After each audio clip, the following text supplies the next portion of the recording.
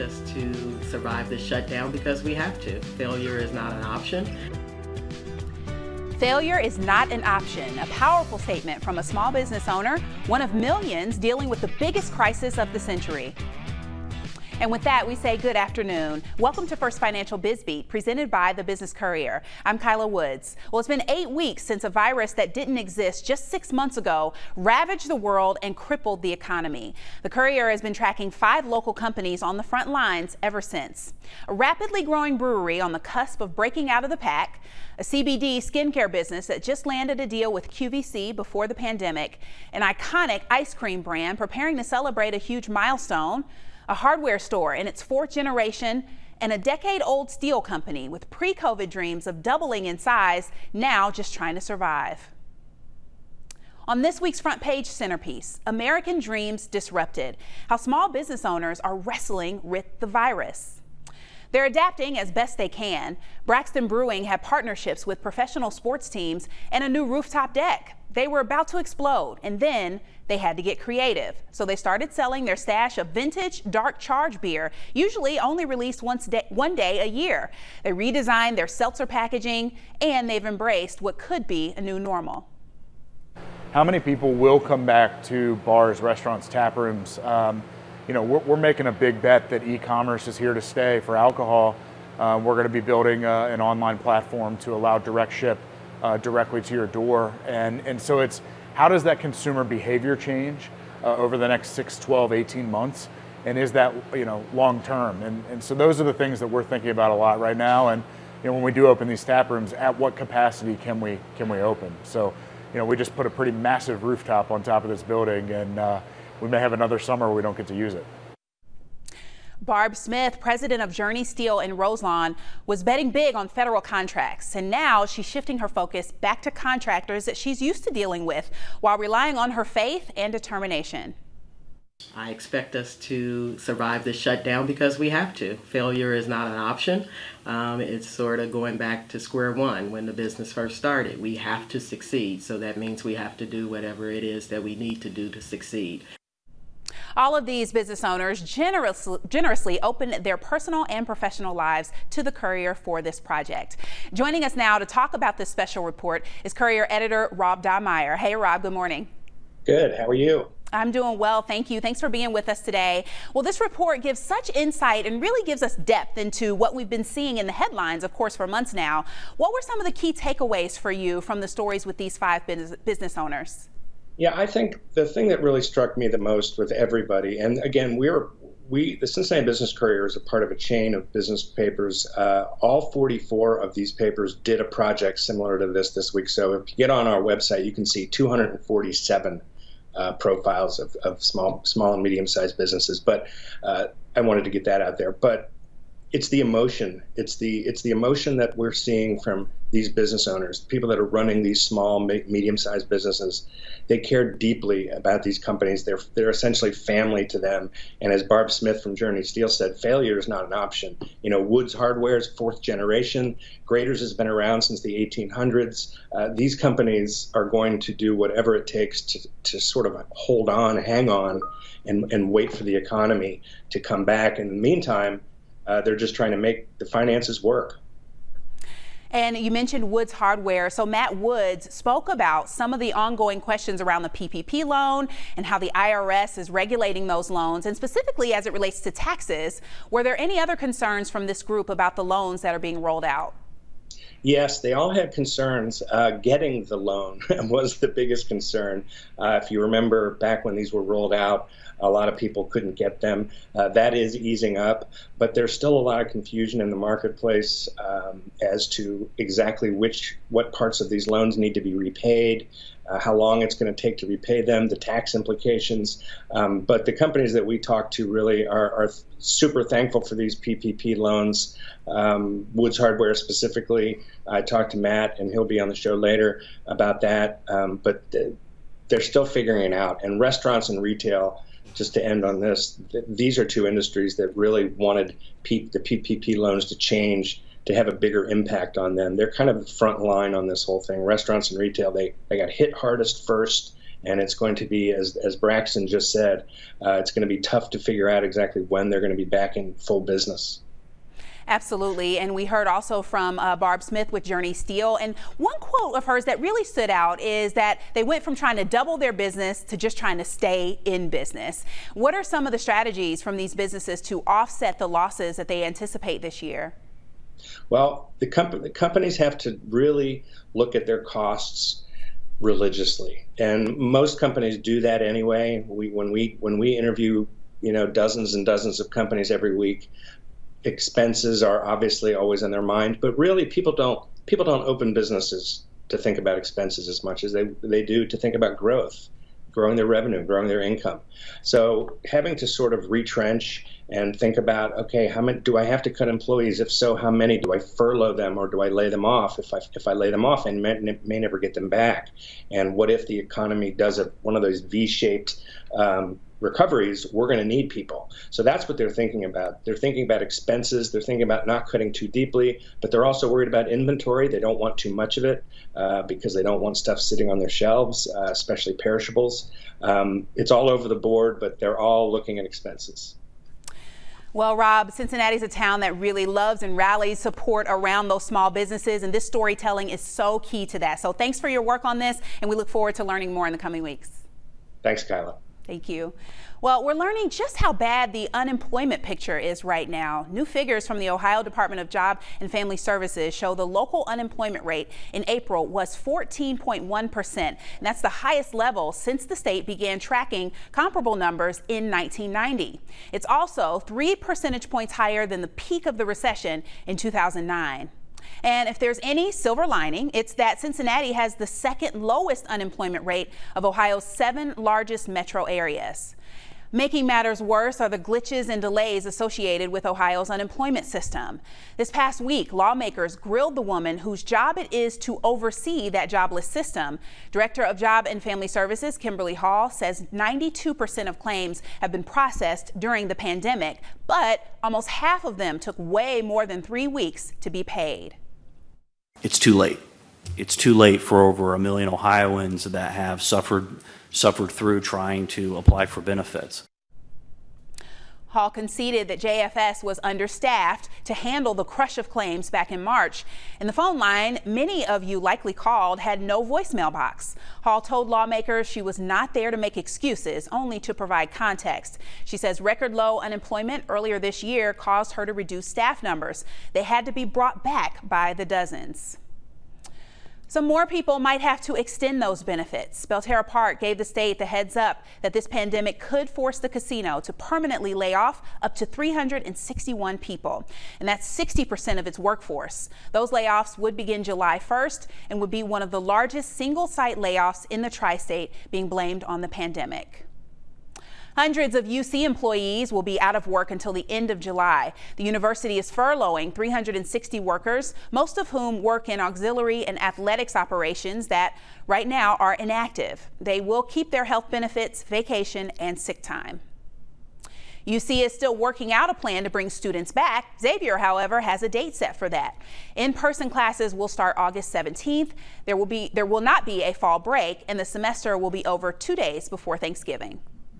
I feel so safe here because we're just like such a small campus and everything that I think I feel perfectly safe here. I think there's still a lot to work out. Yeah. Exactly. What does it look like in our dining hall? What does it look like in residence halls? What does it look like specifically for testing? But those are all the kinds of plans that we're looking at and reviewing. There's no plan yet for when students would come back for the spring semester. Classes will mostly be virtual when Cincinnati State students come back for the fall semester. It'll be remote learning for courses like math, English, humanities, sciences, and business technology. In-person classes in areas like healthcare and other technical fields will be adjusted for social distancing. And in some cases, students may be required to have temperature checks before entering a building. An East Side restaurant is shut down after an employee tested positive for the virus. Big Ash Brewing is closed until at least Tuesday, so all employees can get tested. Any that do come back positive will quarantine until they test negative twice. The brewery says the whole place will be cleaned and disinfected. Big Ash has only been offering outdoor dining, but was ramping up to begin serving customers indoors again. Among the businesses open again is one that just started getting off the ground before the pandemic. The Foaling Warehouse in Norwood opened Thursday. Foaling is a combination of bowling and football, with players tossing footballs at bowling bins. Owner Joe Frank says the shutdown forced him to cancel or postpone dozens of private events and to furlough his entire staff. We just started getting the momentum going and getting people in the door, and people were understanding, our new concept, which is foaling, and that's been the hardest part. Frank hopes to rehire his entire team. David Mann has announced he will run for mayor of Cincinnati next year. The 80-year-old city council member told supporters in a letter his experience and leadership qualities are uniquely suited to face the challenges at City Hall. Mann was mayor in the early 80s and then again for a year in 1991. Mann also says he has no ambition beyond Cincinnati. His likely opponent is fellow council member P.G. Sittenfeld, though he has not officially entered the race. Up next on First Financial Biz Beat, the transformations coming to the former homes of two historic Cincinnati companies. And we'll tell you about one of the most anticipated restaurants in America opening soon downtown.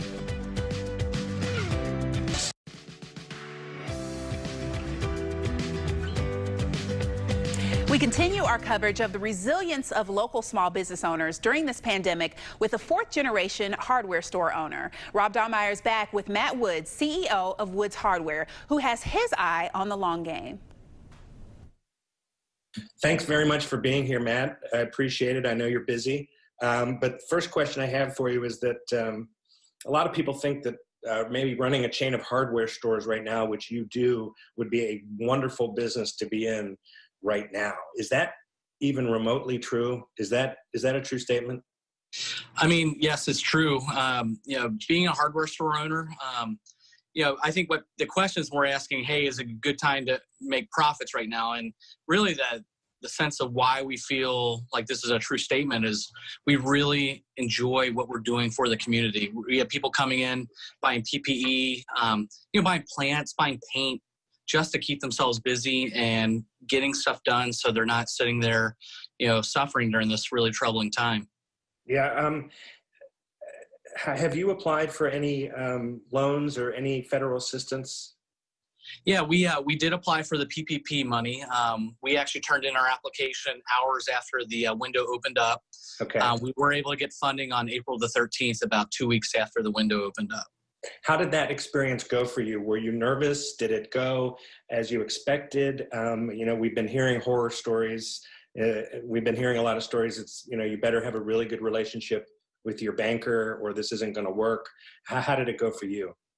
It went really well because I have a great relationship with my banker. I was texting him on that Friday night until about 11 o'clock at night.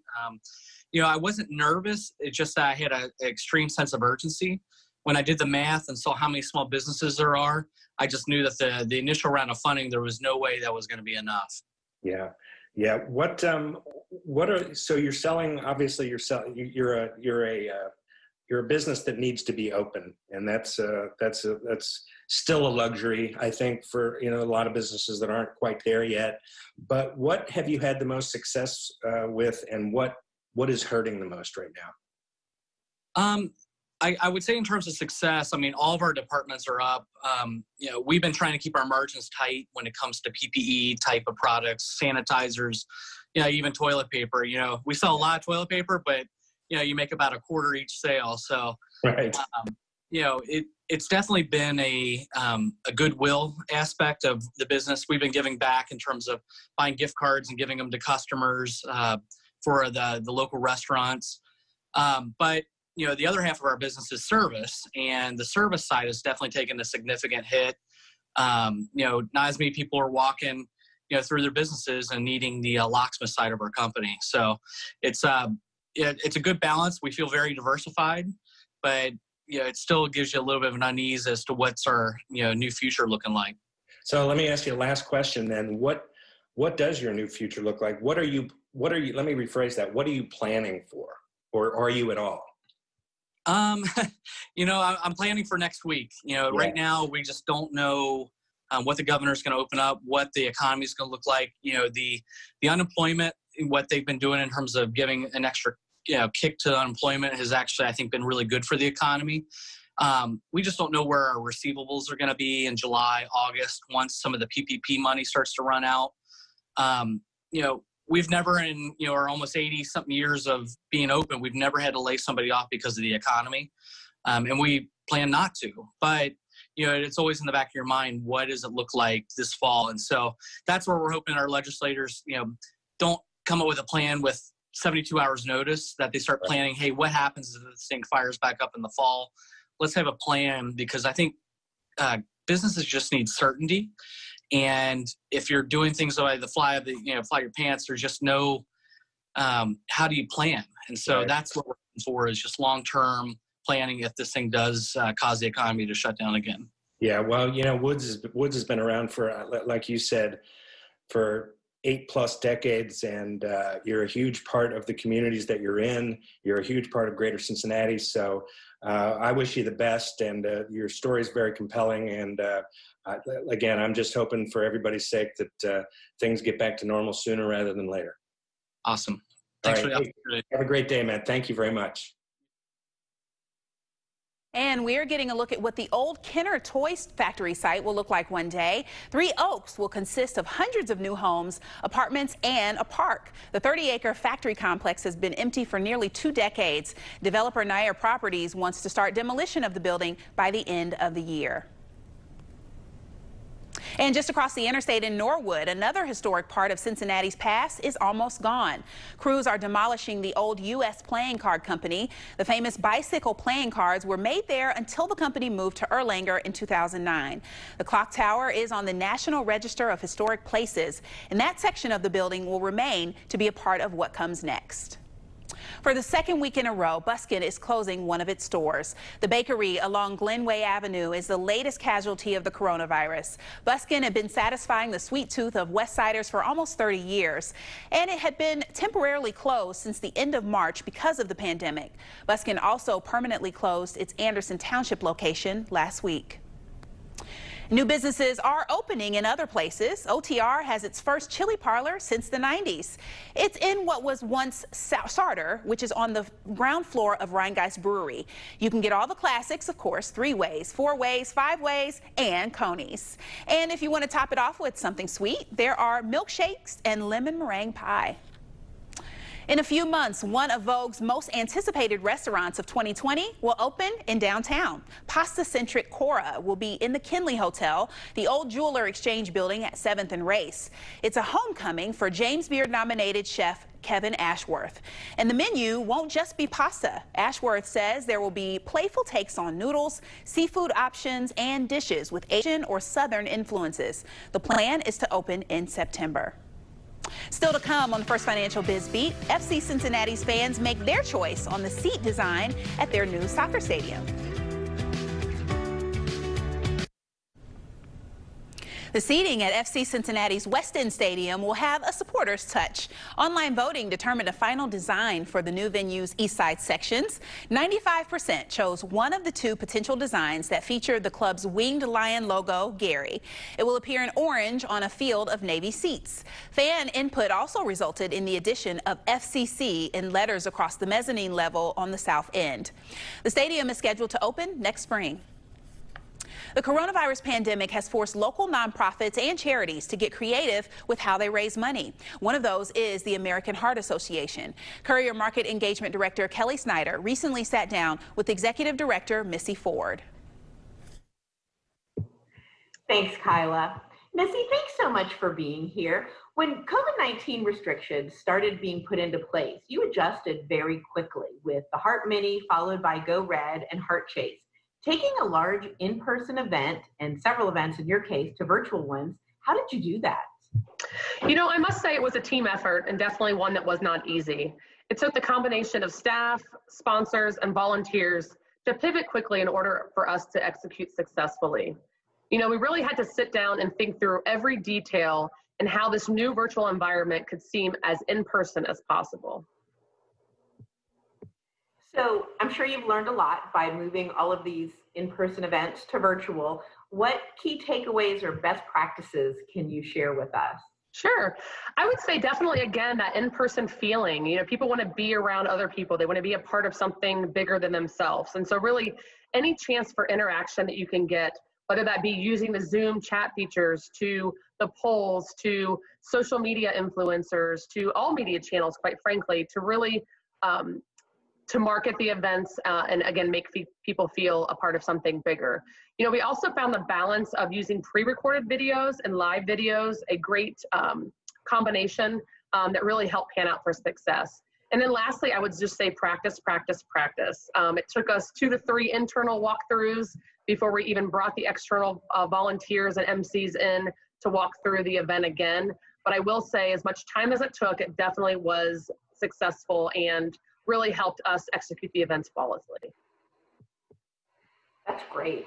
So big question is, would you continue to include some type of virtual element even when we're allowed to go back and have the big in-person events? Sure, that is a great question, and definitely not out of the ordinary or out of the norm. You know, we would have to take that on a case-by-case basis as our world continues to evolve in this time. You know, there are many unknowns at this point, but the Heart Association's guiding value is meeting people where they are. And so certainly while we are building the future and what that looks like, we will definitely take these virtual ideas into consideration moving forward. That's great. Well, we look forward to see what's next for the American Heart Association. And again, thanks for being here. Back to you, Kyla. Thank you, Kelly, and thank you for joining us for First Financial Biz Beat. For business news around the clock, make sure you visit CincinnatiBusinessCourier.com, follow us on Twitter and Facebook, and sign up for our daily emails. I'm Kyla Woods. I hope you have a great weekend.